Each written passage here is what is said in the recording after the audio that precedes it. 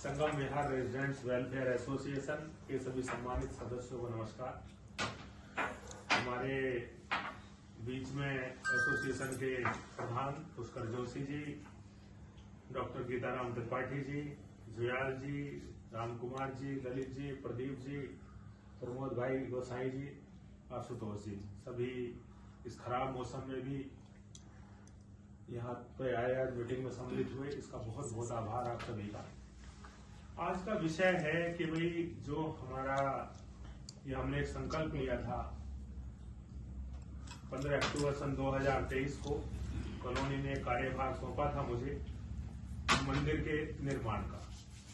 तो प्रभु की कृपा से सभी भाइयों के साथ रहते हुए वो संकल्प मैं पूरा कर चुका हूं। आगे का जो कार्यक्रम है हमारे डॉक्टर गीताराम त्रिपाठी जी के अनुसार, जो भी हमारे विधि विधान के अनुसार, शास्त्रों के अनुसार 20, 21 और 22 को मूर्ति प्राण प्रतिष्ठा का कार्यक्रम होना है, जिसमें 20 तारीख से पूजन शुरू हो जाएगा और 21 और 22 का मेन रहेगा कि 21 की शाम को हवन है, 22 की सुबह 7 बजे से शोभा यात्रा रहेगी, जो कि हमारी संगम विहार कॉलोनी और आसपास के क्षेत्र में रहेगी। 11:30 से 12:30 बजे अभिजीत मुहूर्त में मूर्ति प्राण प्रतिष्ठा कार्यक्रम संपन्न होगा, जो कि हमारे आचार्य हैं पातीराम जी, जो कि संस्कृत विद्यालय रमेश नगर से प्रधानाचार्य से रिटायर हैं, उनकी देखरेख में सारा कार्यक्रम संपन्न होगा। अब जैसा भी आपको पता है कि भाई इतिहास भी गवाह है इस चीज का, जब भी आप कोई अच्छा काम करते हैं या धार्मिक काम जो भी हुए हैं, चाहे वो प्रभु राम के समय से हो या कभी भी रहे हो, उनमें व्यवधान आते हैं। आसुरी शक्तियां ऐसे समय में बहुत ज्यादा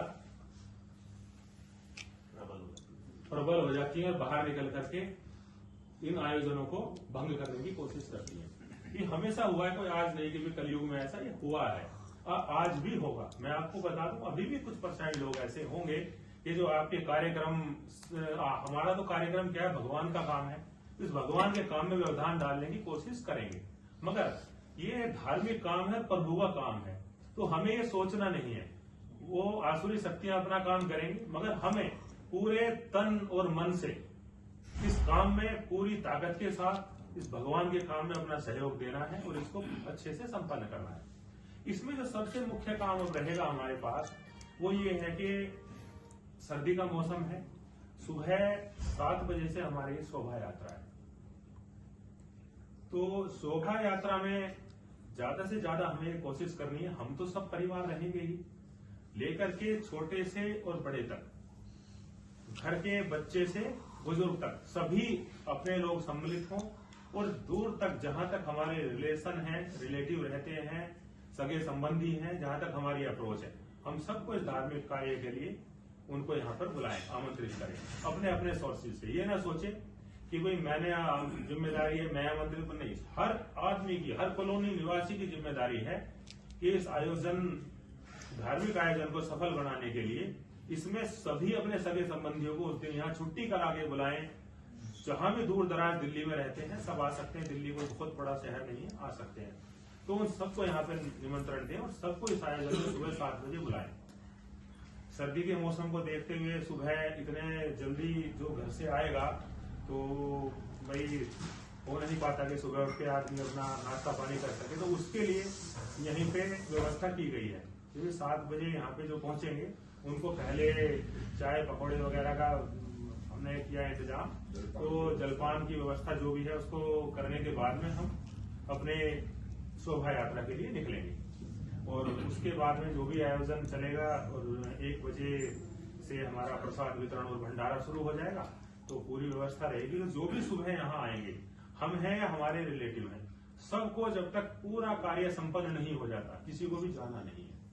आने के बाद में कार्यक्रम जैसे भी चलेगा उसमें यहीं पे सम्मिलित रहना और अपनी अपनी जो भी जिम्मेदारी दी जाएगी वो अपनी जिम्मेदारियों को संभालना है।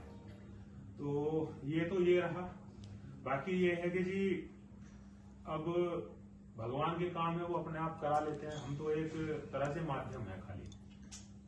हमें तो अपना थोड़ा सा हाथ बढ़ाना है। और मेरा अनुभव है, मैं अपना एक अनुभव आपके साथ साझा करता हूँ, जो मेरा अनुभव रहा है इसमें, कि जब आप एक शुभ कार्य के लिए खड़े होते हैं ना, पूरा ब्रह्मांड आपके साथ खड़ा होता है, वो आपके काम को संपन्न कराता है। हमारे अंदर कोई ताकत नहीं है कि हम कुछ कर सके, वो अपने आप कराते हैं।